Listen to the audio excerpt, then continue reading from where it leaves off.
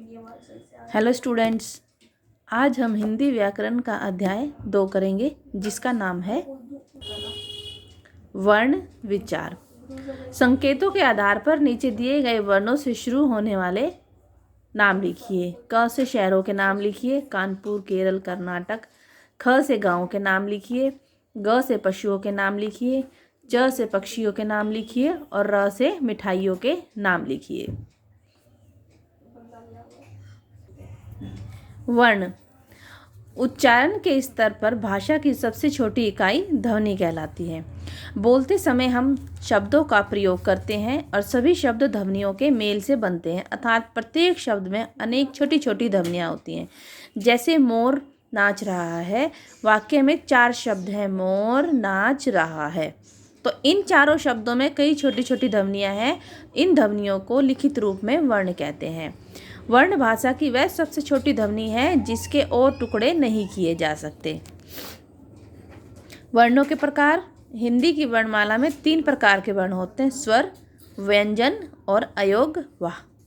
स्वर, जो वर्ण किसी दूसरे वर्ण या ध्वनि की सहायता के बिना बोले जाते हैं उसे स्वर कहते हैं और स्वरों को बोलते समय मुख के भीतर की वायु बिना रुकावट के बाहर निकलती है। हिंदी वर्णमाला में स्वरों की संख्या 11 है। तो कितने स्वर हैं आप लोगों के हिंदी वर्णमाला में? 11। अ, आ, ई, उ, ऋषि, ए, ओ। ये आपके वर्ण हो गए। ठीक है। स्वर के भेद। स्वर के 3 भेद होते हैं, ह्रस्व स्वर, दीर्घ स्वर और प्लुत स्वर। ह्रस्व स्वर में क्या होता है? जिस स्वर के उच्चारण में कम समय लगता है उसे ह्रस्व स्वर कहते हैं। ह्रस्व स्वर संख्या में 4 होते हैं, अ, ई, उ, री। व्यंजन के साथ ह्रस्व स्वरों की मात्राएं लगती हैं, जैसे कि व, ई, ध, ई। क्या बन गया ये आपका? विधि। ग, उ, र, उ, गु, रु। म, रि, ग, अ। ये क्या बन गया आपका? मृग। यद्यपि स्वर अ की कोई मात्रा नहीं होती, परंतु व्यंजनों का उच्चारण अ के बिना नहीं होता।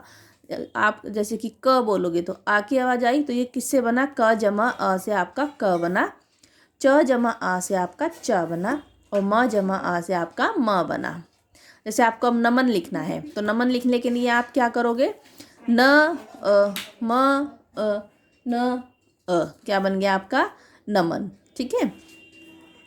दीर्घ स्वर, जिस स्वर के उच्चारण में अधिक समय लगता है उसे हम दीर्घ स्वर कहते हैं। दीर्घ स्वर संख्या में 7 होते हैं, आ, बड़ी ई, बड़ा उ, ए, बड़ा ए, ओ और बड़ा ओ। ये क्या है? व्यंजन के साथ जो है दीर्घ स्वर की भी मात्राएं लगती हैं।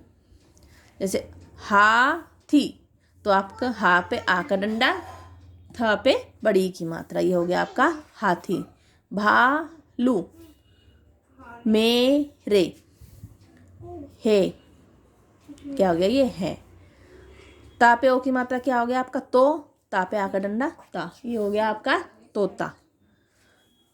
प्लुत स्वर, प्लुत स्वरों के उच्चारण में ह्रस्व स्वर और दीर्घ स्वरों में 3 गुना अधिक समय लगता है। इनका प्रयोग संस्कृत में अधिक होता है। हिंदी में केवल एक प्लुत स्वर होता है जिसे हम कहते हैं ओम। जैसे क्या हो गया आपका? ओम। अनुस्वार। अनुस्वार क्या होता है आपका? अनुस्वार के उच्चारण में वायु नाक से निकलती है और उच्चारण झटके के साथ होता है, जैसे कि ठंडा, कन, आपकी न से निकलेगी ना की आवाज, कंचन, जंगल, चपत, अंतर। इनका चिन्ह क्या होता है? बिंदी होती है। ठीक है। और अनुशासिक क्या होता है आपका? ये चंद्र बिंदु।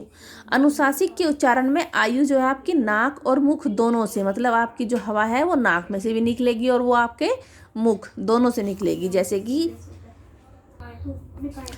कि हो गया आपका चांद, बूंद, कुंवर, आँख, आँख, आ मुंह में से भी निकली और आपकी नाक में से भी वायु, तो ये दोनों में से निकलती है। इनका उच्चारण जो है वायु और नाक दोनों से होता है। विसर्ग, इसका उच्चारण ह के साथ के सम्मान किया जाता है, जैसे कि विसर्ग के रूप में होता है।